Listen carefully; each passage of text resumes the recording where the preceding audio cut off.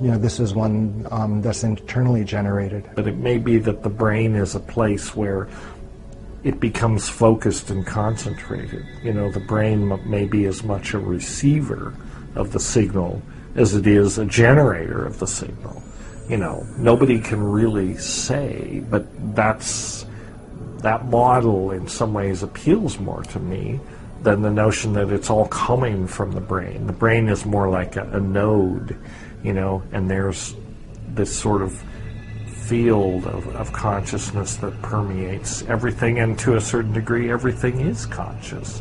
I think of the shaman as entering into this net of being in the higher worlds, in the heaven worlds, and that's why I've personified the net of being, this painting behind us, as this continuum of heads interlocking infinitely in all directions, because that points to being as a continuum, as a network, in a sense, to an infinite realm.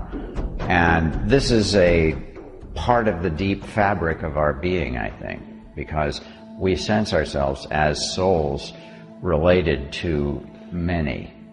There is this everyday world, but you can be in a place where there is no you and still perceive the world. That scared me. Losing my ego was the scariest thing I ever, and I still don't like it.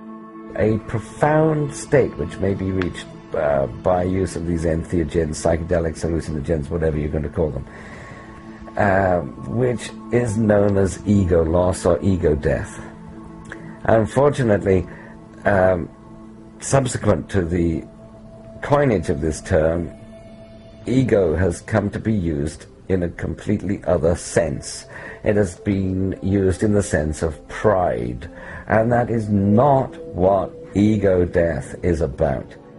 Ego death would mean you lose your sense of I for good, and that's not what happens. They mean a temporary suspension of the ego when ego death is spoken of. Ego death means the death of you as a concept, whereas we walk around thinking of ourselves as things. We think of, I am sitting in the chair, therefore, I am a thing, the chair is a thing.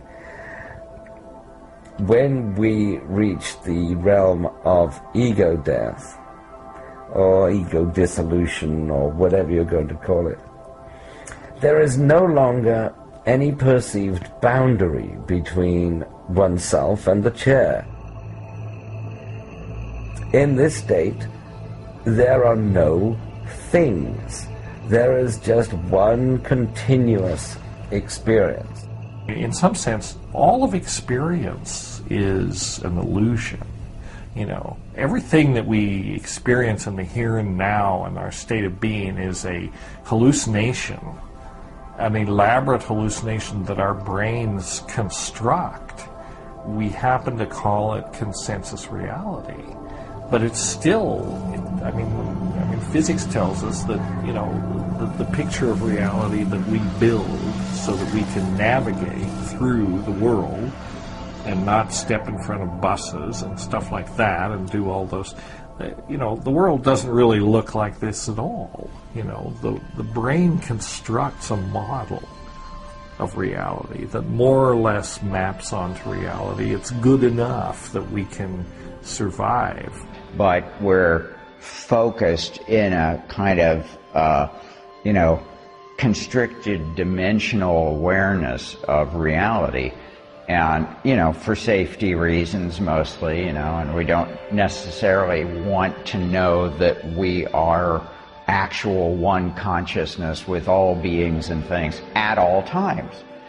So, nevertheless, those dimensions are all open to our being.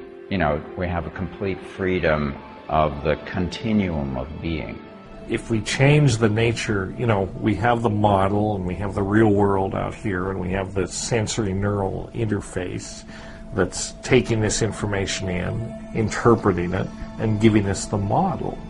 If we change the nature of the sensory neural interface a little or a lot, if we substitute, say, DMT for serotonin, You know, the model of the world that we get changes radically.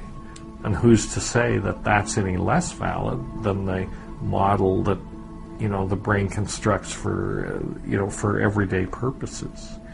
So this idea that, you know, I mean, it's all illusion, it's all hallucination. That's what experience is, you know. I mean, that's why, in some ways, I sometimes get a little impatient with people that say, you know, well, a drug experience cannot possibly have any spiritual validity. Well, I'm here to tell you that all experience is a drug experience. You know, we're all on drugs all the time, largely because we're made of drugs, you know, and that's what drives us. You know, experience is, you know, sort of the what issues out of this biochemical process of, you know, all these neurotransmitters and hormones moving around our brain. I mean, it's drugs. We've gotten very stuck on the idea that, like, we're conscious and sentient and, you know, intelligent and have knowledge, and that nothing else in the world of nature really is like that.